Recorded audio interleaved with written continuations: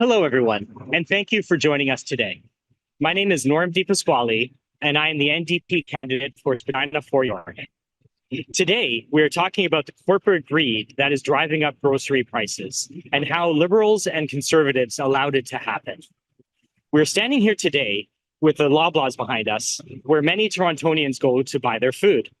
You walk in with the grocery list and look at the till and look at your receipt and ask yourself, how is this possible? How is this so expensive? As a result, 1 in 5 Canadians are skipping their meals because they can't afford sky-high grocery prices.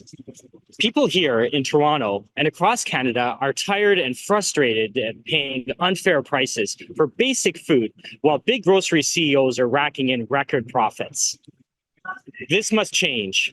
That's why New Democrats are fighting to change the rules to end the greed, cut grocery prices, and stop CEOs from ripping you off. You deserve a party with a leader that has the backbone to fight and to stand up for corporate greed. I'm happy to introduce you to the leader of the NDP who is fighting for you, not CEOs, Jagmeet Singh. Thanks so much, Norm. Appreciate you. We're so lucky to have Norm Di Pasquale as our candidate here in this riding. Norm, you're an awesome voice for the people. So as Norm said, we just an example of how high those grocery prices are. We just went to shop here at the Loblaws. I'm going to show you what we bought. We bought 2 items. A bag of onions for $8. This bag here. Nothing special, just red onions. $8. That's almost over $1 per onion. The next item we bought was formula, baby formula, something that's very essential. On sale, this is over $50. 2 items, $60. Essentials for families. The reality is, you know this, when you go into a grocery store and you're paying more than ever before and getting less than ever before, you know on the other side of that, you're getting ripped off. You're getting ripped off because the rules have been written by Justin Trudeau and Pierre Poilievre, by liberals and conservatives, to allow rich CEOs to rip off Canadians. And I know you feel that. You're right. This is not your fault. You're working harder than ever before, but you feel like you're falling behind more than ever before. And it's because the deck is stacked against you. The scales are against you. You've got all the power in the hands of corporations and CEOs that can rip you off, and families are feeling the price. They're feeling the squeeze. We want to change that. We want to change the rules to put people first. One example of how the rules are stacked against you, how the scale is so shifted against you, is behind me. We were at Loblaws when we went shopping, one of the largest corporate grocery stores in Canada. We just found out that there was a lawsuit, a class action, where a settlement of $500 million was made in the bread price fixing scandal. But what does that actually mean? Well, first of all, large corporate grocery stores like Loblaws and big bread producers like Canada Bread worked together to jack up the price of bread, ripping off Canadians. They were allowed to do that because it was not against the law at the time. The laws allowed that to happen for so long. They weren't investigated, they weren't stopped, so they were allowed to rip off Canadians. You want to know how much Canadians were ripped off? To the tune of $5 billion. The rules written by Justin Trudeau and Pierre Poilievre and their parties allowed the penalty for doing that. The biggest penalty that was levied was for Canada Bread Company was $50 million. That's like if someone steals $50 from you and you only get back 5 cents. That is ridiculous. And it is ridiculous that citizens had to fight in court to get justice. That is not the way things should work.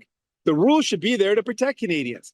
But the rules written by liberals and conservatives, by Justin Trudeau and Pierre Poilievre, have allowed big corporations to rip you off. And there is no real penalties. We want to change that. We want severe sanctions, severe penalties. If a corporation rips you off and they make a benefit, like in this case of $5 billion, then we should be able to impose triple the benefit that they made as a penalty. $15 billion of fines would really deter these companies from ripping you off. That's what we're talking about. We want to change the rules so that we impose a price cap on food essentials. These companies are making record profits. They should not be able to rip off Canadians. So what we're saying is, Justin Trudeau and Pierre Poilievre, you both have failed. When Pierre Poilievre was in power, when Conservatives in power, That's when the bread price fixing scandal was happening. And Justin Trudeau has seen it through and hasn't done anything to increase the penalties for these corporations that when they rip you off. So we're saying we need to have severe penalties. We need a price cap on food essentials. We need to make sure people can afford their groceries. Is that possible to happen? Now, Justin Trudeau had the opportunity. He could have done it. We had to force them. We had to force them to bring in changes to make price gouging illegal. It wasn't against the law until we forced them to change it. That's an example of how we can change the rules. But let's be clear about Pierre Poilievre. He wants to throw fuel on the fire of corporate greed. He wants to let these corporations rip you off even more. And we know why.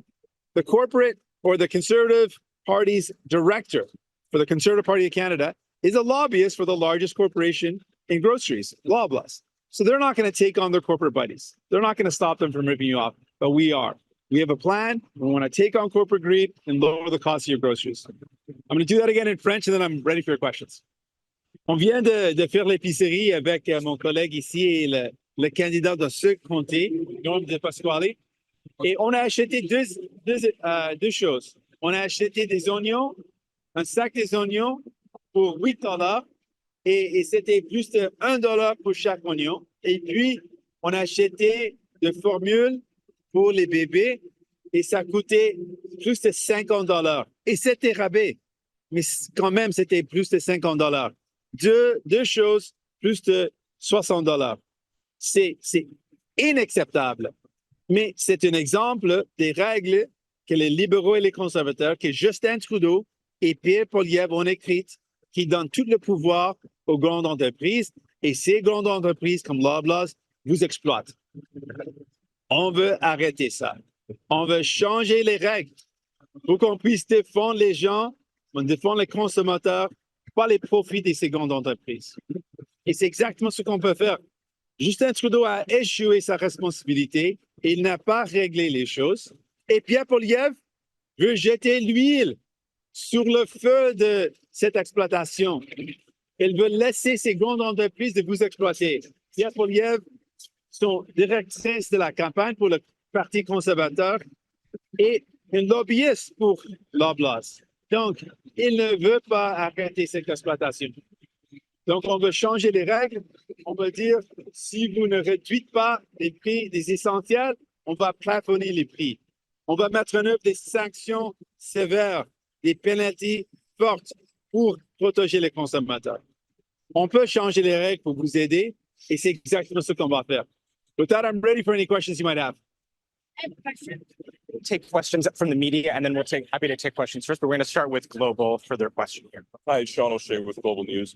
Leader, I'm just wondering, I don't think it was an admission of liability on the price fixing. It's a cash payout, basically. And it took almost a decade to work its way through. Does this just become a cost of doing business for grocery store chains like these if eventually you're going to have to pay, but along the way, you can make more money than otherwise you would have? Absolutely. And that's the problem. What it's become is the penalties are so weak that these large corporations know they can just rip off people, and the small fines they have to pay, especially when they're stretched out over a long time, just the cost of doing business. That's why we're saying we've got to change the rules. The rules have been written by liberals and conservatives, by Justin Trudeau and Pierre Poilievre and their parties.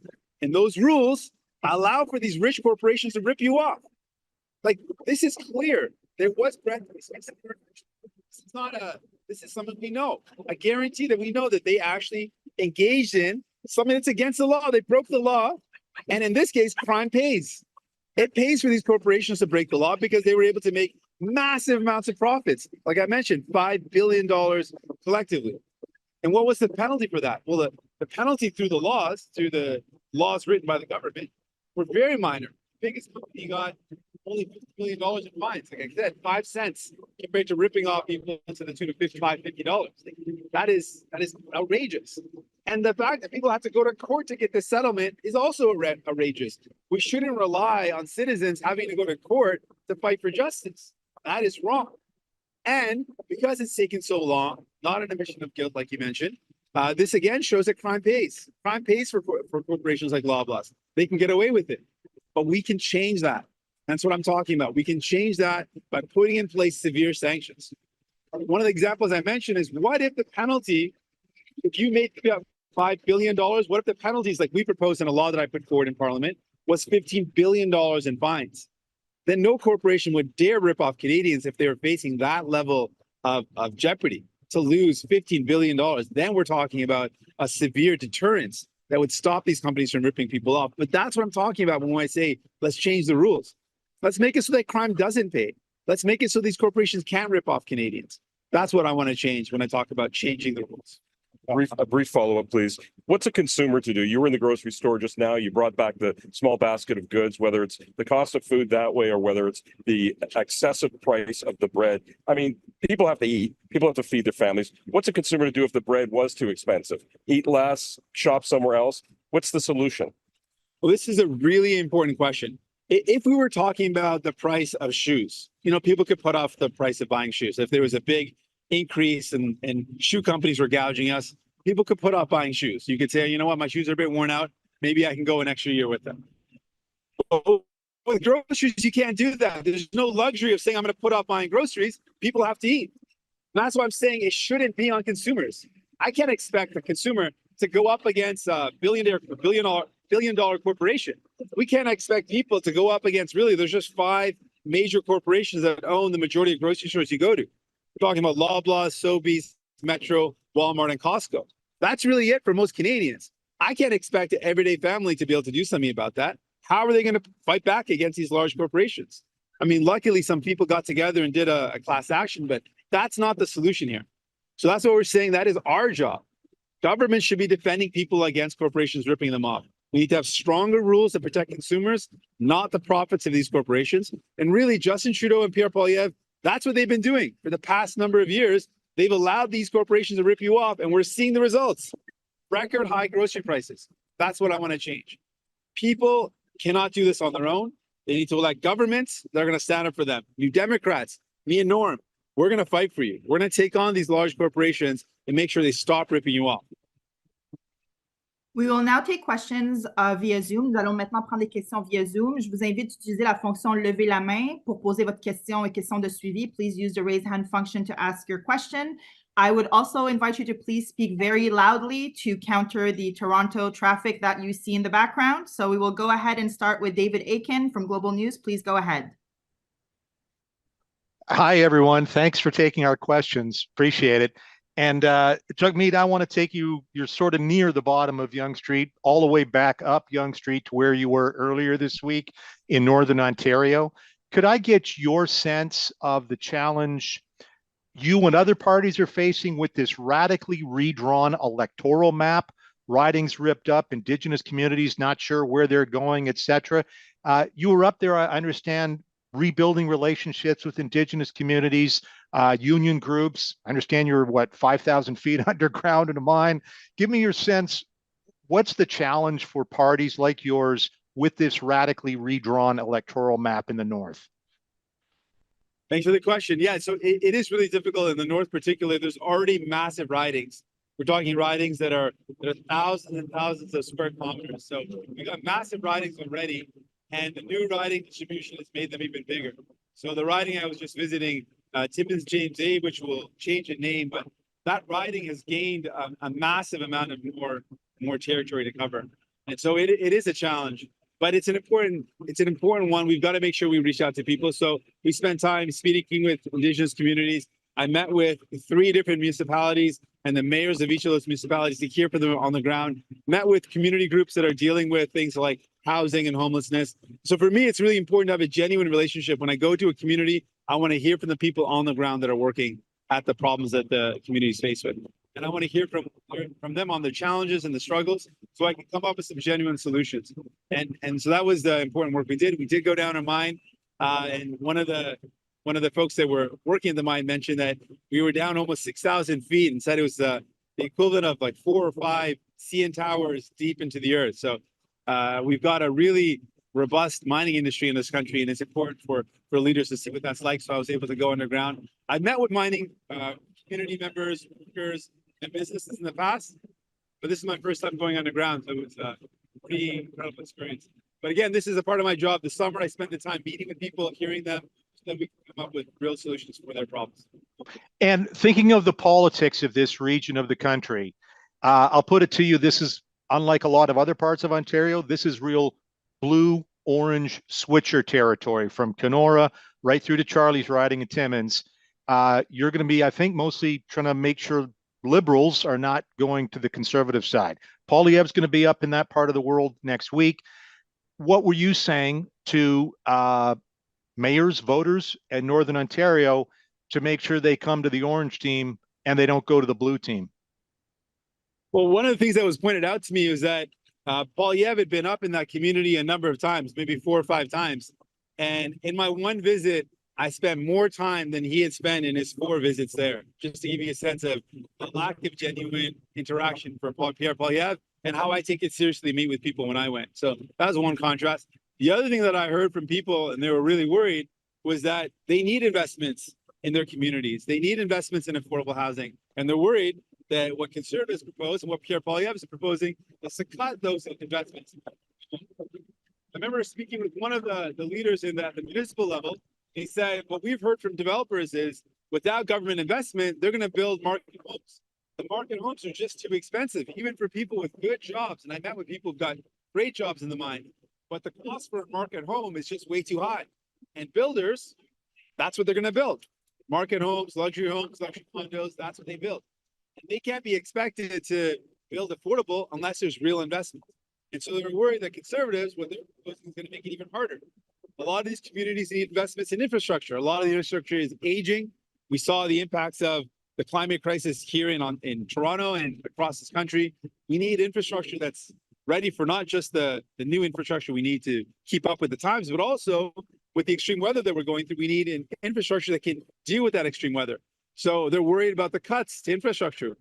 Healthcare is already a struggle in the north, and they're worried that Conservatives want to cut healthcare. And we know that Pierre Poilievre wants to cut healthcare. He wants to have the last federal minister of health. And already that's a big challenge. We know it's a challenge here in Toronto. The healthcare system is starved by Dr.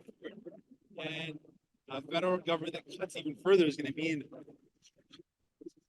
two things that people in Toronto are worried about. We want to give them hope. There is a better way. We're going to take up industries, invest in affordable homes that you can actually afford, and make sure that we make the investments that communities need to be able to thrive. Nous allons maintenant à Mélanie Marquis avec la presse. C'est à vous. Bonjour, Monsieur Singh. J'espère que vous m'entendez bien. 2 questions pour vous. La première sur cet homme qui s'est approché de Justin Trudeau sur une plage à Tofino. Il est arrivé vraiment très près de M. Trudeau et ça pendant ses... Vous n'entendez pas? Si vous pouvez parler un peu plus haut, je n'ai pas entendu votre question. OK, Nina, je vais aller chercher un casque d'écoute puis je reviens, OK? C'est parfait. On va aller à la prochaine question juste pour voir. We're going to go to the next question. Mickey, go ahead from CP.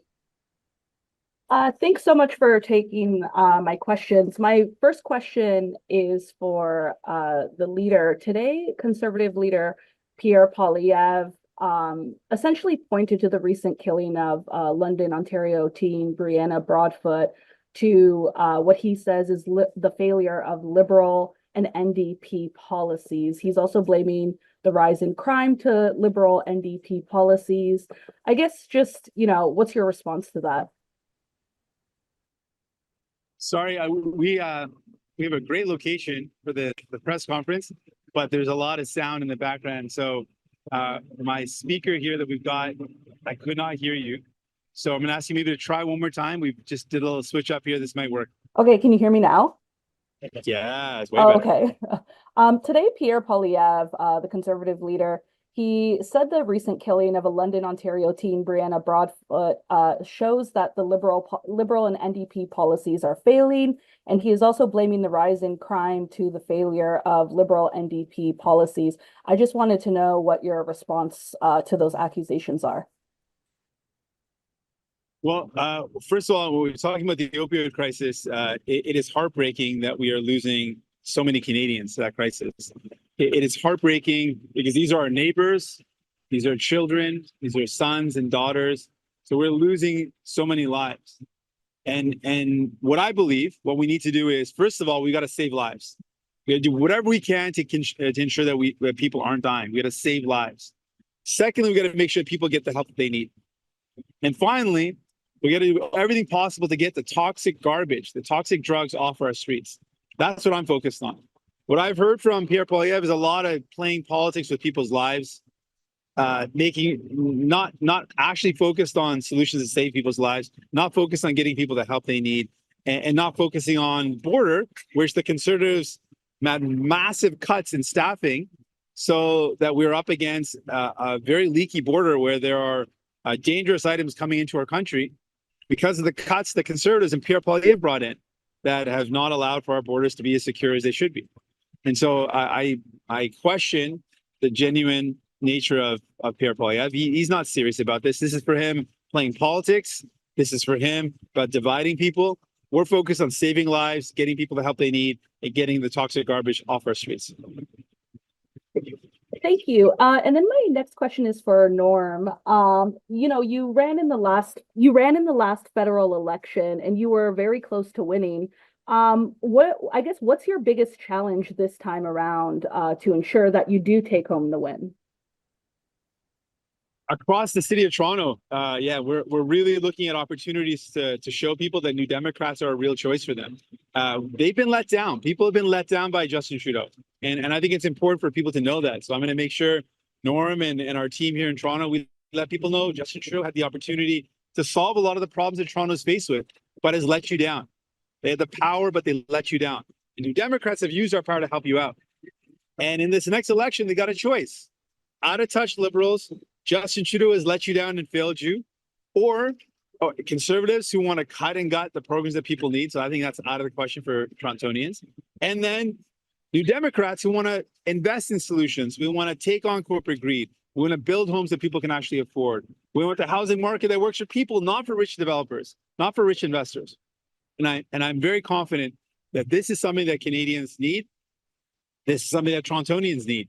And with excellent candidates like Norm Di Pasquale in this riding, and with our great candidates across the city, we can show a real option for people that want some hope.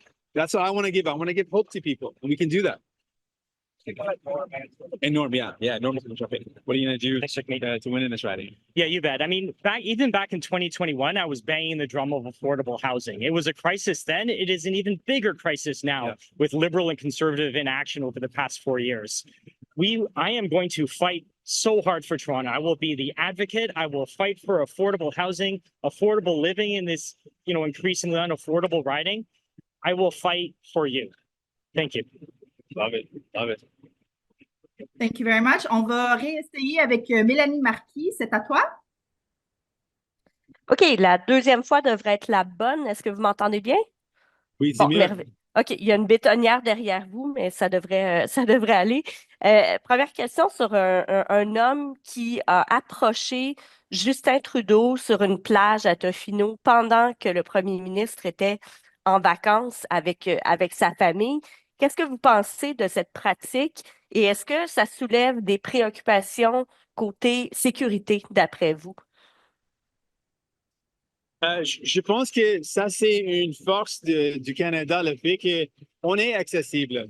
Je me promène dans les rues et les gens peuvent m'interpeller, peuvent poser des questions, peuvent dire allô et peuvent me féliciter pour le travail que je fais. Tout ça se passe. Je suis tellement content que j'ai assez d'accès aux gens. Et dans ce cas, Justin Trudeau a parlé avec quelqu'un.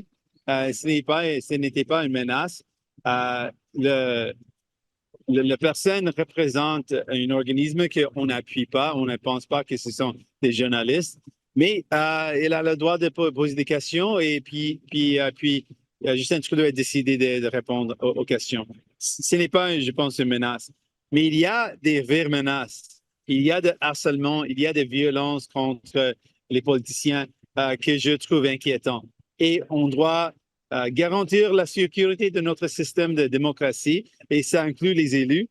On doit avoir des participations, des implications des gens, des questions, des manifestations. Tout ça, c'est acceptable, mais on ne doit pas avoir la violence et le harcèlement, évidemment, c'est quelque chose qui nuit à notre démocratie.